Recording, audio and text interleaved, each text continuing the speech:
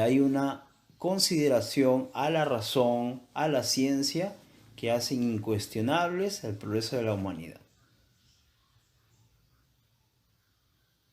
Bien, chicos, pero antes de ir al siglo XVIII y los principales momentos del siglo XVIII, veamos el contexto. ¿Quiénes gobernaban Europa en el siglo XVIII? Y en realidad gobernaban con gran influencia en el mundo. Estaban presentes los imperios monárquicos.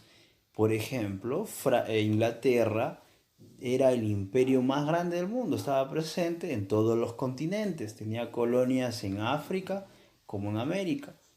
Igualmente España, igualmente Francia, aunque gobernaban los reyes con absolutamente todo su poder, su palabra equivalía a todas las decisiones de todos los sectores del Estado, muchas veces ellos se hacían guerras. ¿Y en qué terminaban estas guerras? Pues en la desaparición o el debilitamiento de lo que vamos a ver ahora. It is good to be the king. Raiding party!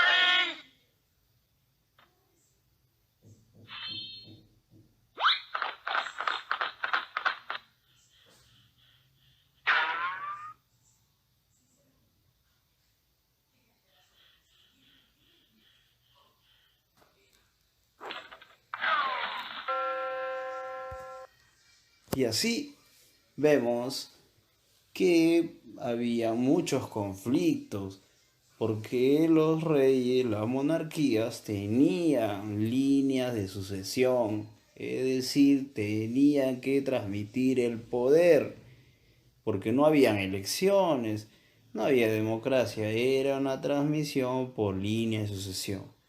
Y en algunos casos las guerras eran entre familias, como el caso de España, que había una familia que estaba en el trono y al no tener herederos tuvo otra familia cercana al trono hacerse del poder. Para esto tuvieron que hacerle las guerras.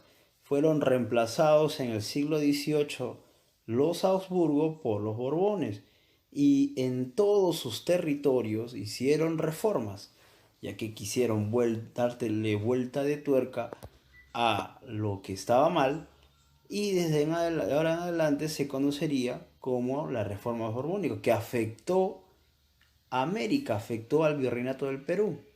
De igual manera tenemos diferentes tipos de guerras de sucesión, pero tal vez una de las más importantes es la Guerra de los 7 Años, que enfrentó a las grandes potencias de ese momento, a los grandes imperios monárquicos de ese momento.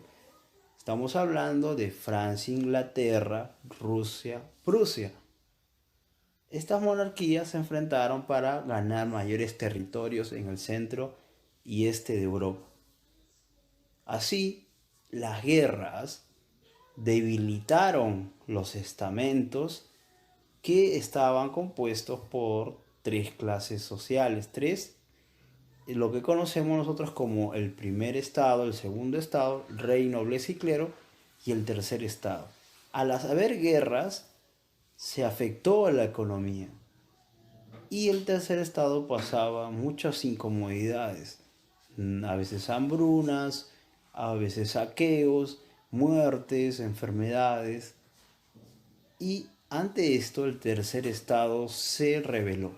En muchos países fueron influidos por la Revolución Francesa, que empujó a todo el pueblo a desaparecer la clase monárquica y a quitarle los derechos o los privilegios a los nobles y a la clase clerical. Así se hicieron del poder y formaron lo que en adelante se conocerían como repúblicas, estados republicanos guiados bajo una constitución política. Esto marcaría el inicio de lo que nosotros conoceríamos adelante como repúblicas burguesas. Mientras tanto, en América Inglaterra, al verse inmiscuida en guerras, subió los impuestos. Los colonos norteamericanos no soportaron esto y se rebelaron y le declararon la guerra a Inglaterra. Esto se conoce como la guerra por la independencia de las 13 colonias. Más adelante las 13 colonias se convertirían en Estados Unidos. Todas estas ideas influenciaron en nuestro continente a la sublevación de Tupac Amaru, que no es como ustedes creen que solamente es un movimiento a nivel del Perú, sino que es una sublevación a nivel americano porque se reclamaban como independientes o libres del dominio español. Esto influenció de mucha importancia, mucho peso y mucha relevancia porque España tuvo en adelante controlado con candado, con cadenas, el virreinato del Perú. Por eso uno de los factores de que el Perú se independizara tarde era que el Perú estaba muy supervisado, muy controlado por España. Por eso la independencia del Perú se produce tardíamente. Asimismo, tenemos ciertos acontecimientos como la Revolución Industrial que marcaría un nuevo hito de cómo producir energía, cómo producir, mejorar la economía, el trabajo, cómo producir mercancías, y esto afectó mucho. Eso hizo que Inglaterra estuviera 2 o 3 pasos adelante en economía frente a sus principales competidores, España y Francia. Asimismo, vemos que los principales pensadores del momento van a preocuparse por desarrollar un mejor conocimiento del mundo y el universo. Newton descubre la teoría de la gravedad, que le da una base científica a lo que se conocía como el sistema planetario solar.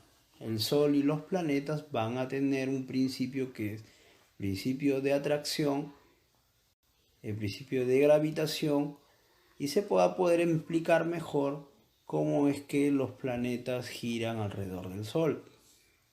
Hasta ese momento no se confiaba muy bien en lo que Copérnico había dicho, lo que Galileo había confirmado, y todavía había un descrédito con las ideas. Todavía se creía que la Tierra era el centro del universo. También vemos la influencia de la enciclopedia. La ilustración es un movimiento que perseguía la razón y que criticaba todo tipo de conocimientos o explicación de la sociedad, de la realidad, de la naturaleza, y con esto lo que buscaba era mejorar la ciencia, mejorar los métodos de conocer para ampliar los horizontes. Todo esto nos lleva a una nueva forma de ver el mundo. Vemos que el mundo se va a conocer o se va a percibir de la siguiente manera. Debido a la producción industrial y a causa de las nuevas fuentes de energía, el comercio o el poder va a buscar nuevas colonias. Va a buscar colonias en África, en América, en Asia, y así va a ampliar sus horizontes.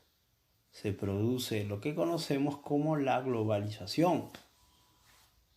Al mejorar las fuentes de energía, las formas de crear mercancía, crece la población, que se va aglutinando en las ciudades.